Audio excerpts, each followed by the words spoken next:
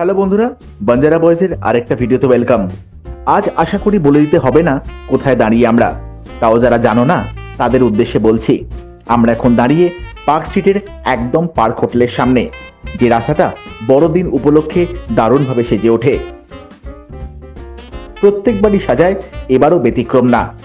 আজ আমরা পায়ে পায়ে ঘুরে দেখব পুরো রাস্তাটা। চলো দেখি কি কি চোখে পড়ে। পুরো রাস্তাটাই যেন আলো দিয়ে মোড়া হয়েছে, যেদিকে তাকাও সেদিকেই চলছে বৈদ্যুতিক আলো। স্কুলে পড়াকালীন প্রত্যেক বছর নিয়ম করে আসা হতো এখানে, চলতো বন্ধুদের সাথে দেদার ঘোরা আর খাওয়া দাওয়া।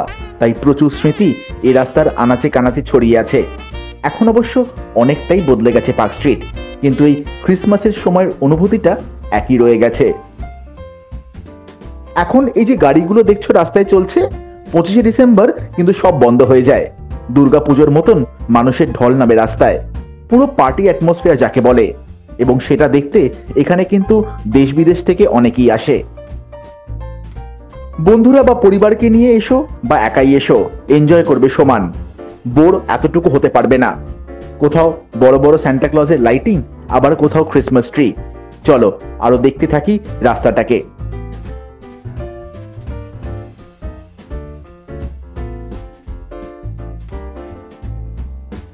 হাঁটতে হাঁটতে চলে এলাম পার্ক স্ট্রিটের বিখ্যাত অ্যালেন পার্কে, যার আরেক নাম গোপীনাথ সাহা উদ্যান।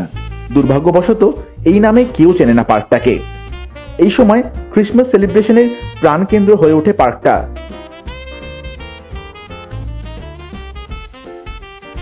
চলো ভেতরে ঢুকি। লাইটে সাজানোটা তো দেখতেই পাচ্ছ, এক কথায় অসাধারণ।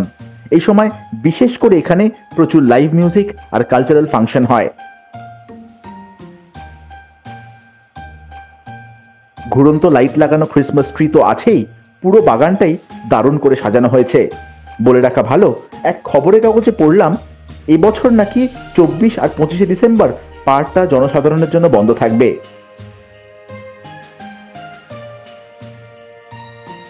ভেতরে তোমরা ভিড়টা দেখো, চলছে ক্রিসমাস উপলক্ষে গানের আসরও।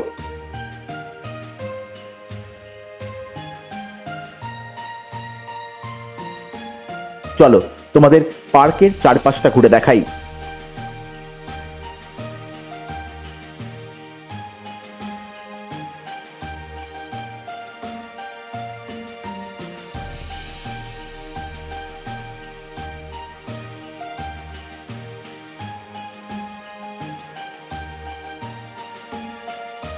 এই পার্কে কিন্তু ছোট্ট একটা ফুড কর্নারও আছে, সেটাই তোমাদের দেখাবো।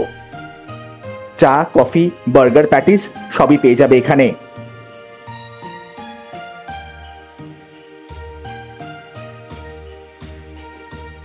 এই দোকানে কিছু আইটেমের দামগুলো দেখতে পেলাম। ফিশ ফ্রাই 2 পিস 200 টাকা, ভেজ কাটলেট 2 পিস 40 টাকা, আর পনির ফিঙ্গার 4 পিস 80 টাকা। বড়দিনের এটাই তো মজা, ঘুরবো ফিরবো আর খাওয়া দাওয়া করব। পাশে আরো অনেক দোকান আছে, তার মধ্যে পেয়ে গেলাম পশ্চিমবঙ্গ বন উন্নয়ন নিগমও, যেখানে পেয়ে যাবে খুব উঁচু দরের মধু।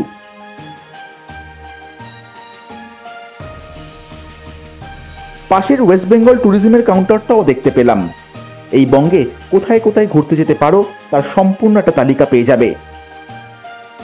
আর দোকানটায় পাবে খুব কিউট একটা সান্টা ক্লজও।